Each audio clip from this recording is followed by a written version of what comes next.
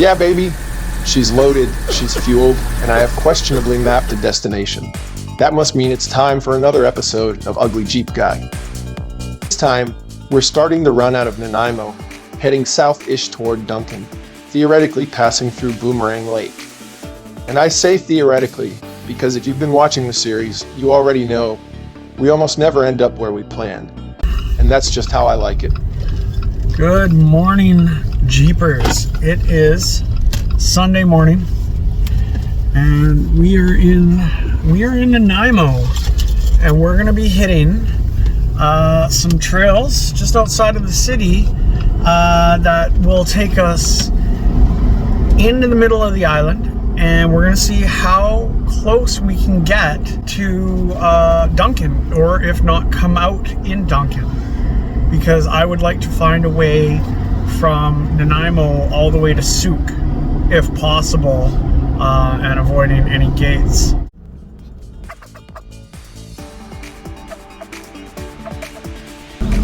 So Ruby loves going wheeling. I don't know if she likes going wheeling more than when we go to the beach or we go to the lake. Back out with Adam again today. Same reliable setup, same chilled out energy, same quiet confidence that no matter what, we're probably not going to die out here.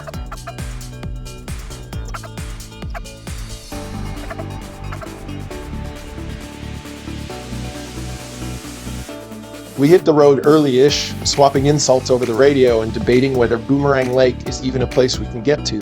We're just one of those mystical map spots that the local logging company keeps hidden away, and you can never actually reach. Spoiler, we get there, eventually, but not before we went full side quest.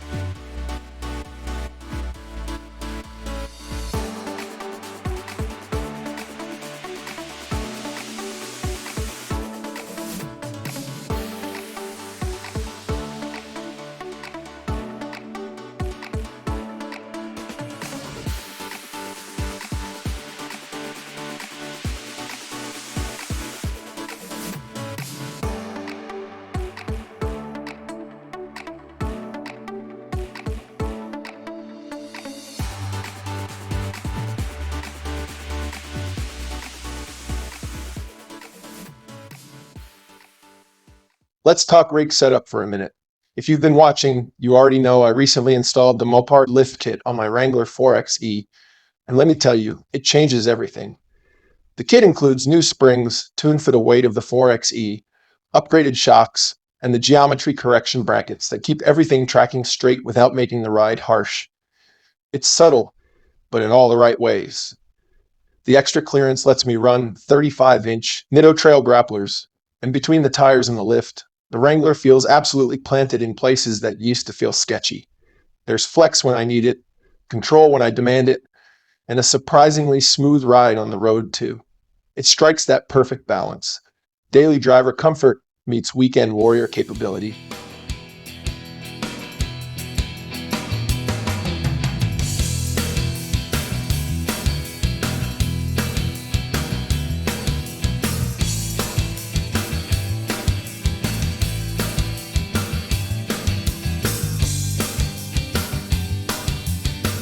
This area at the beginning of the trails can be a little technical, but it's by no means a gatekeeper to getting out into the trails just outside the city. It's mostly a series of rutted out sections that force you to crawl over some pretty gnarly tree roots. If you're careful, most Jeeps should have no trouble getting through here, but having the lift definitely helps. I was able to pick lines where I could just roll right over some of the stumps that Adam had to navigate around with a little more care.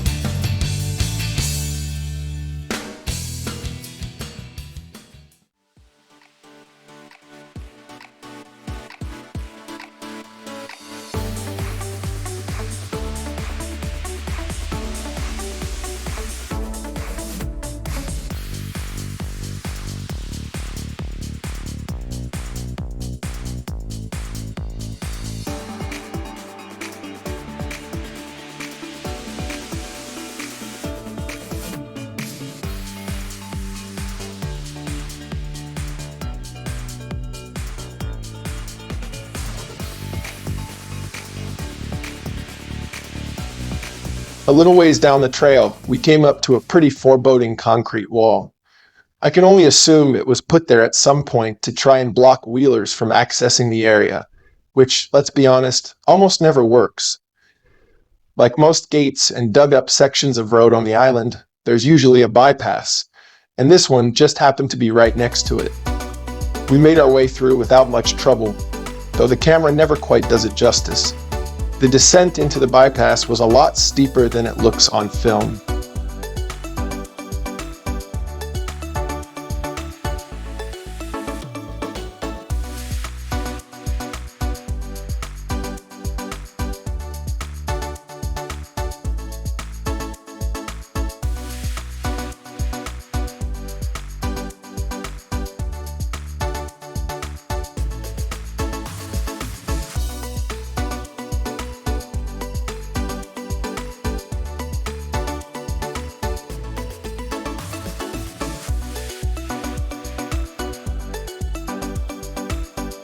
You'd think by now I'd learned that one bottle of Coke Zero and a sad bag of cheesies doesn't really count as fuel for a full day on the trails.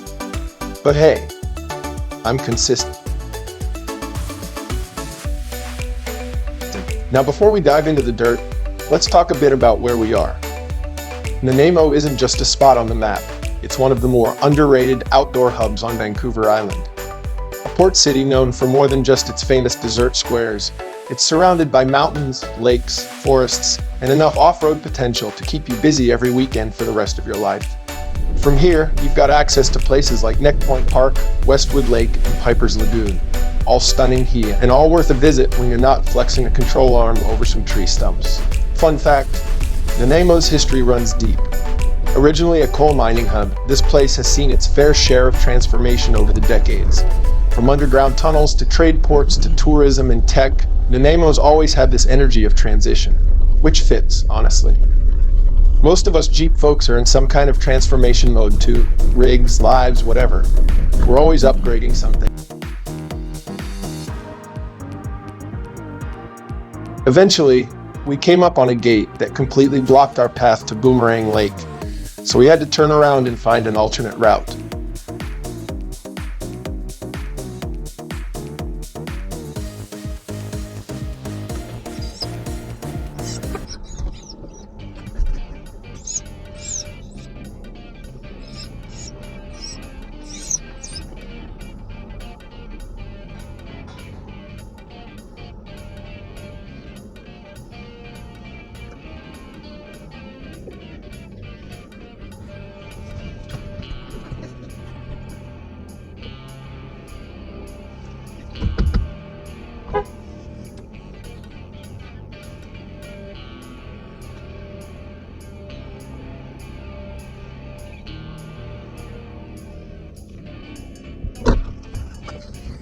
That one's always locked. Oh, did he?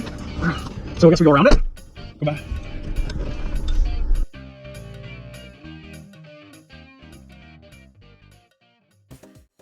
The first few kilometers out of Nanaimo were familiar. Wide open service roads, mild elevation, lots of soft dirt, and loose rock. Adam and I talked shop over the radio for a while. Everything from recovery gear to how Jeep people always seem to have strong opinions about tire brands like it's politics. For the record, I stand by my trail grapplers.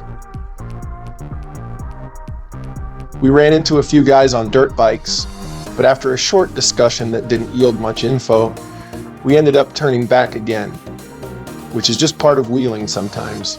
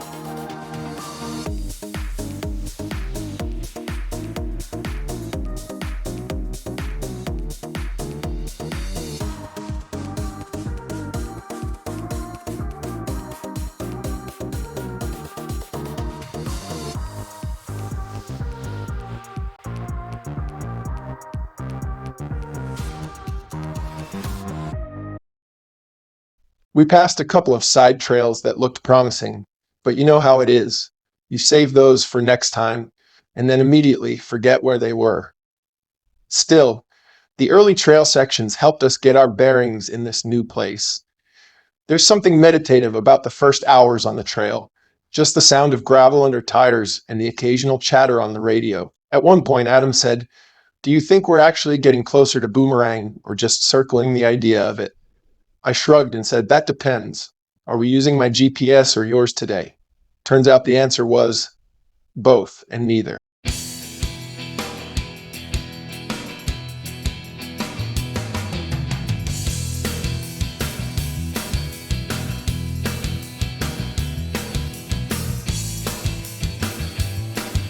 The scenery changes out here fast. 1 minute you're driving through dense second-growth forest, all ferns and shadows, and the next you're in a bone-dry clearing surrounded by rocky hillsides. Then back into thick trees again, with moss dripping off everything like nature's version of shag carpeting.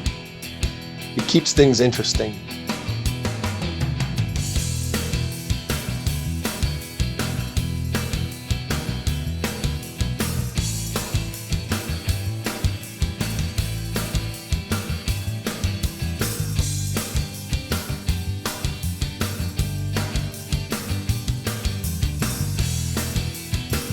So me and Adam, we took our time, did some exploring, just picked a few back roads at random, followed our noses, and ended up finding this small hidden lake. It wasn't Boomerang, but it was still a solid find. Quiet, untouched, no signs, no traffic. The kind of place you could camp at for a weekend and not see another soul. We marked it on the map, definitely a return spot.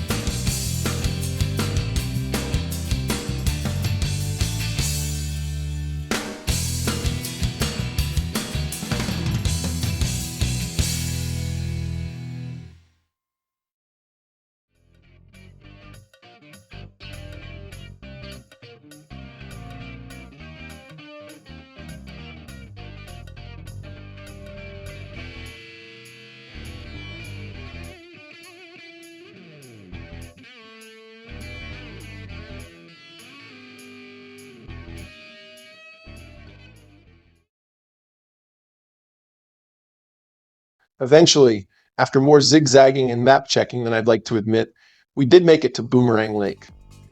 Now, for anyone curious, the lake got its name because, well, it's one of those places that seems to pull you back in. Early logging and exploration maps from decades ago labeled the area for its looping trail systems and the way folks kept ending up back where they started, like they'd thrown a boomerang and chased it. Honestly, pretty fitting for how our day was going. And man, the lake lives up to the hype. Boomerang Lake was quiet when we arrived. You could tell a lot of camping happens there. Fire pits, tire tracks, and the occasional forgotten beer can. But in that moment, it was all ours. The water was still, the breeze light, and the trees just swaying enough to make you forget there's a world beyond the trailhead.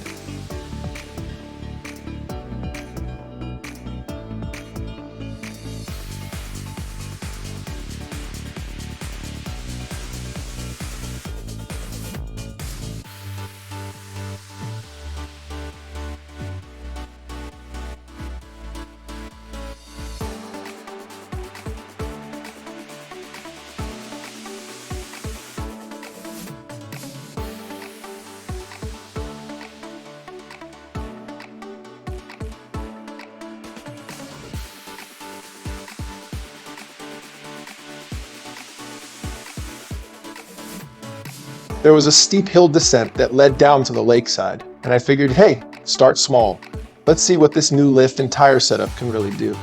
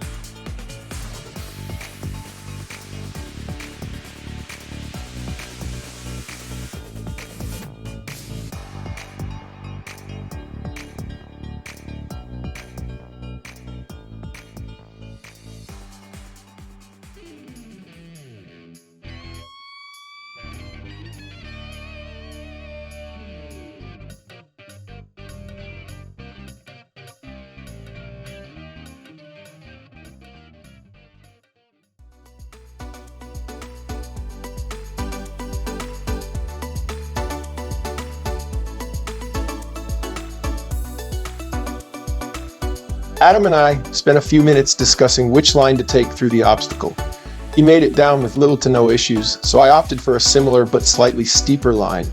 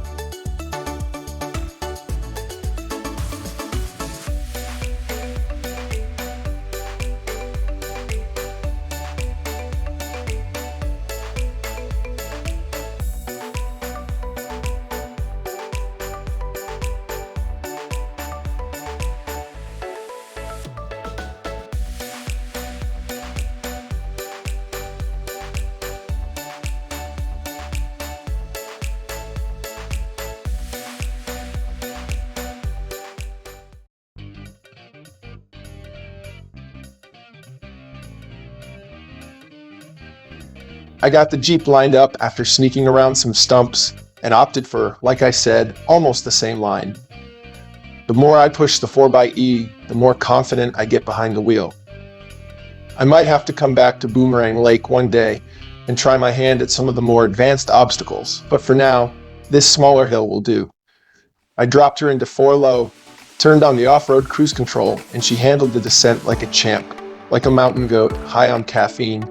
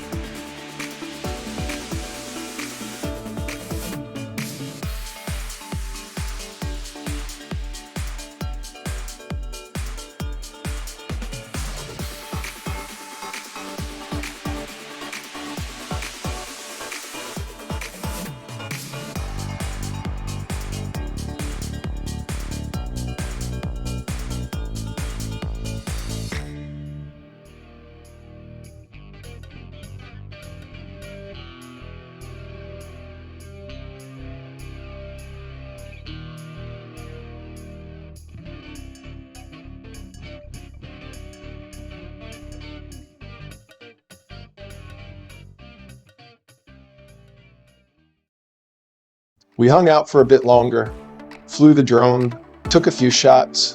It's the kind of place that makes you want to crack a cold drink and never leave. But adventure doesn't sit still for long. We decided to keep pushing through and head out the backside of the lake, see if the trail wrapped around.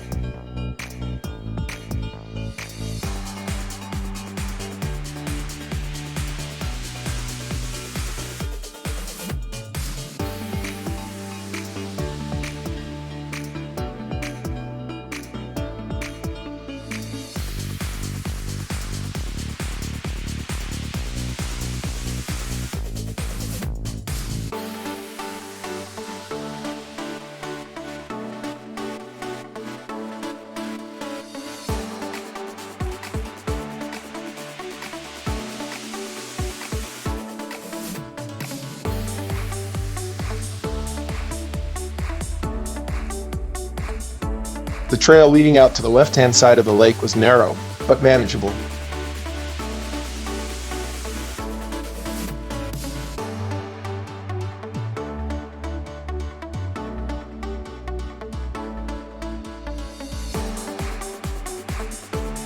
A little ways in, we came across a makeshift camping shelter, so I got the drone out while Ruby convinced Adam to throw a ball or two for her. We took a few minutes to enjoy the view, get some more drone shots, and then got back on the trail.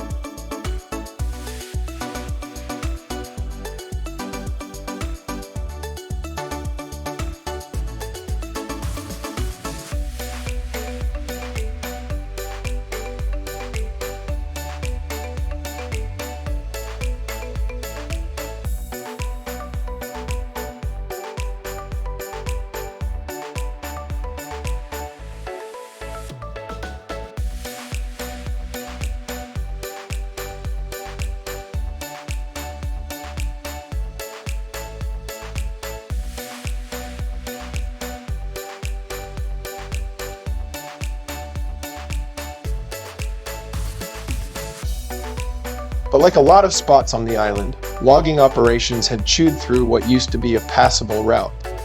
We hit a dead end. No gate, no warning. just slashing stumps. So we backtracked, laughing about it.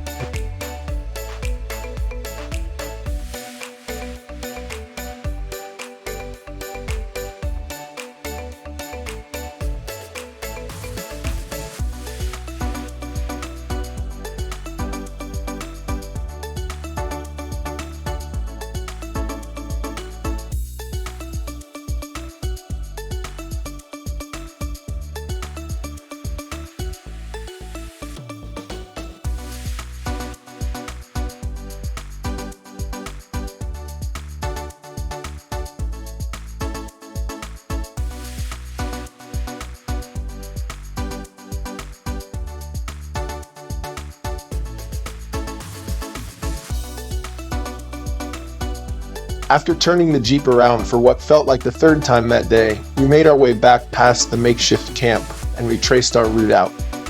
Adam had checked the other path leading to the right and assured us it was impassable. So we doubled back all the way to a crossroads we'd seen earlier in the day, which took a fair bit of driving to get back to. But that's the part of the adventure.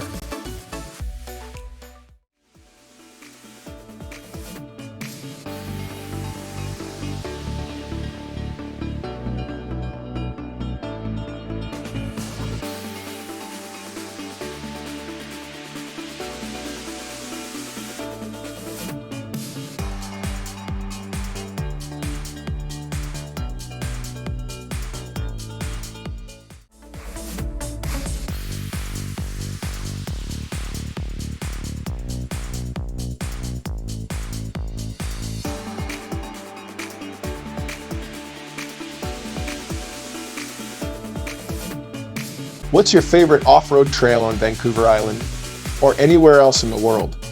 Have you ever made it out to Boomerang Lake or Lake Cowichan? Drop your go-to spots in the comments. I'm always looking to plan the next adventure.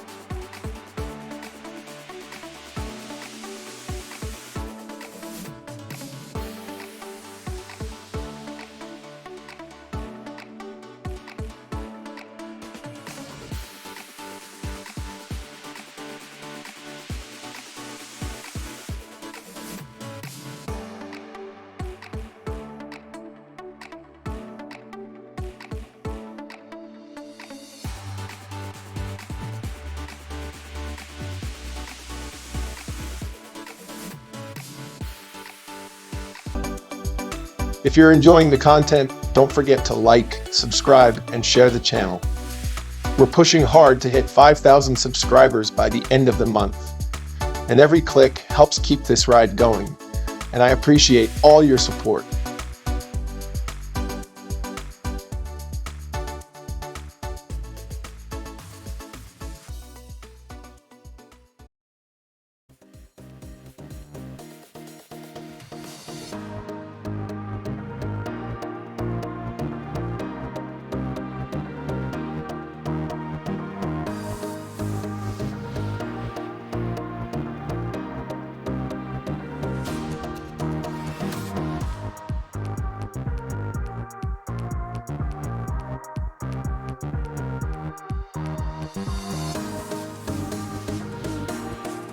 What's the one thing you always bring when you go wheeling, besides recovery gear? Snacks, music, lucky socks. Let me know in the comments. I'm curious what your must-haves are on the trail.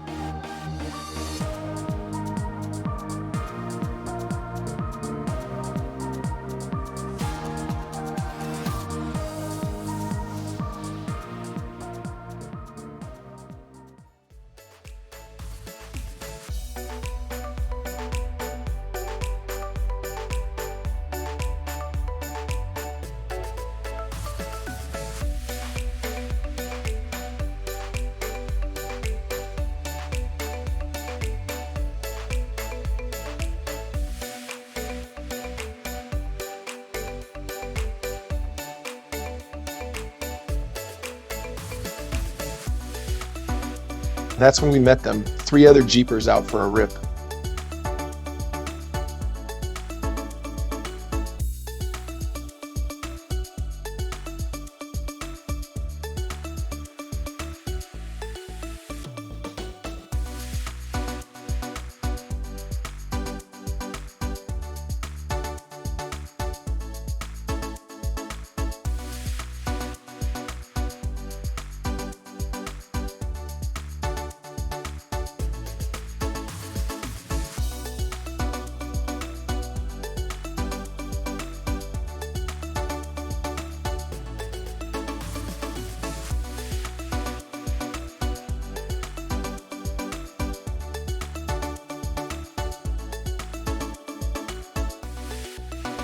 One guy, Mike, had a white-lifted 2-door JL that looked showroom clean despite the trail dust. Another guy, Troy, was driving a bright orange-lifted 4-door JL with more stickers on his windshield than I've ever seen. And the third, Tim, rolled up in a JK Rubicon on 37s with beadlocks and a winch. This Jeep was set up with more toys than I could count. It was a nice rig. We got to chatting, comparing builds, and they offered to show us a few connecting service roads that weren't on most maps. Apparently, they'd been wheeling these trails for years and knew all the back doors and bypasses. We even spent a few minutes looking under each other's rigs like proud parents at a daycare drop-off. Oh, you went with that skid plate setup? Nice. Is that the Apex steering stabilizer? Jeep people, man.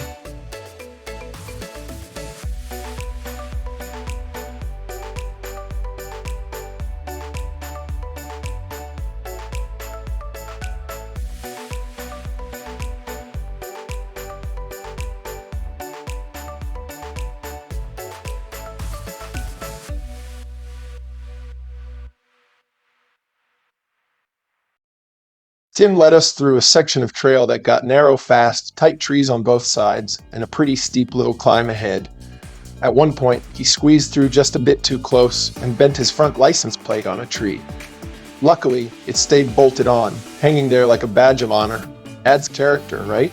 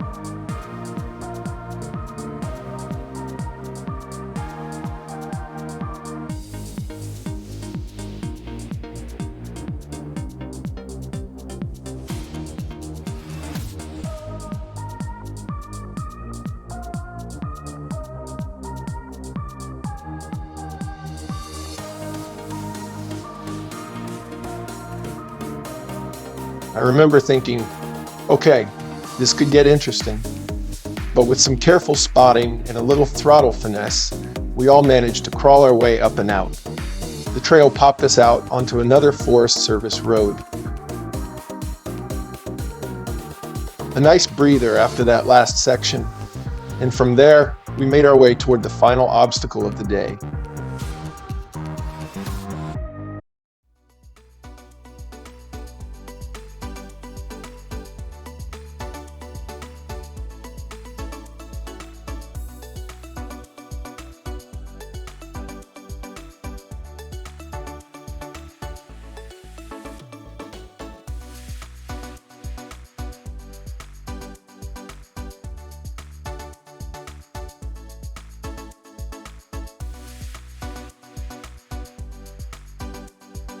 With their help, we linked together a series of forest roads that eventually, somehow, took us back north of Nanaimo. Total circle. Not our intended route at all, but that's the beauty of it. We came to explore, and we left with new trails mapped, new friends made, and another story added to the Jeep logbook.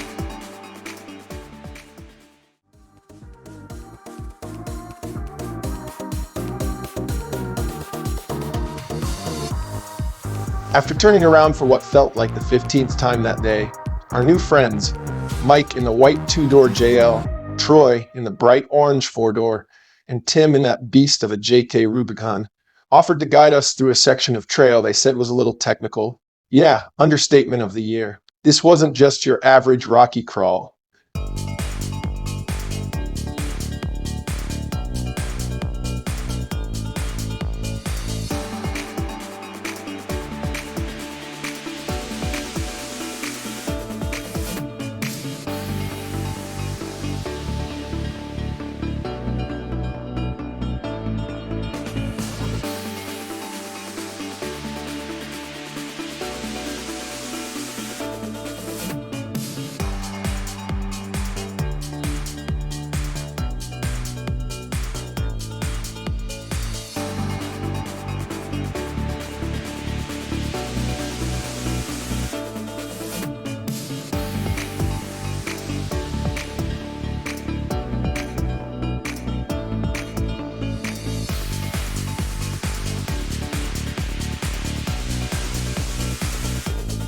This stretch was tight, off-camber, and full of just the kind of surprises that separate the casuals from the committed.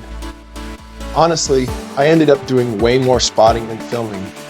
The drone stayed packed up. I was too busy watching tire placement and calling out lines to worry about aerial footage.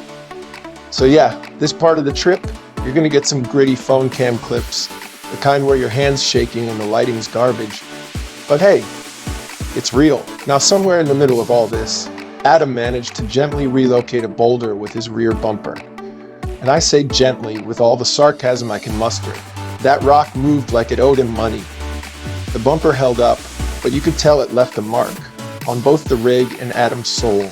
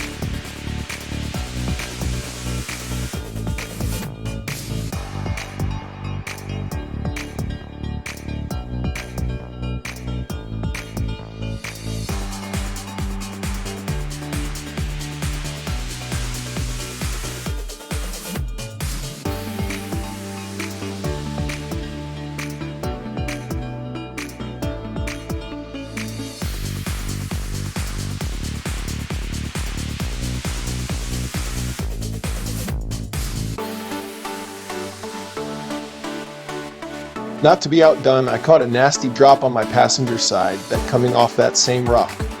One of those hits where the Jeep lurches and you clench everything, hoping you didn't just bend something important. Thankfully, the 4xe took it like a champ. But yeah, this trail wasn't playing around. tight squeezes, weird angles, and just enough sketchiness to keep your heart rate up.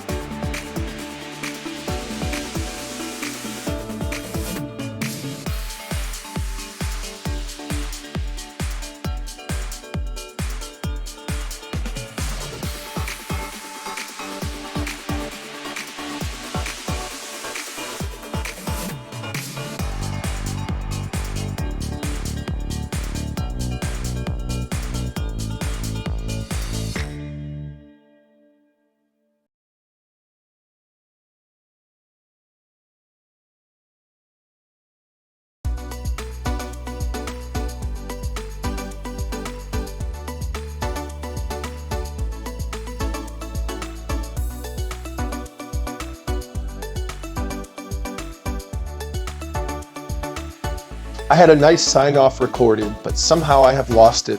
So here is some video of my dog eating sushi.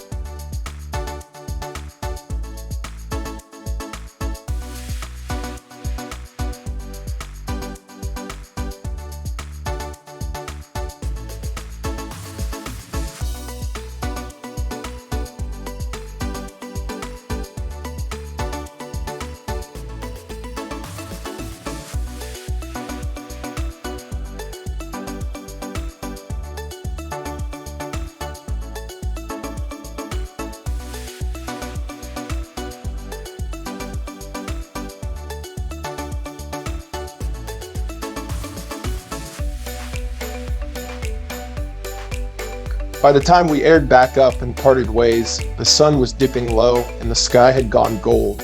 I was tired, hungry, sunburnt, and pretty sure there were still cheesy crumbs on my seat. But I wouldn't trade a minute of it. If you ever get the chance to hit Vancouver Island for some wheeling, check out the Lake Cowichan area too. It's got everything from easy gravel roads to technical crawls. Just don't go alone. The terrain's too unpredictable and the cell signal's laughable. But with a buddy and a solid setup, you're in for an unforgettable day. Thanks for riding along with us. If you like this episode, go ahead and like, subscribe, and share the video. Helps us out a ton.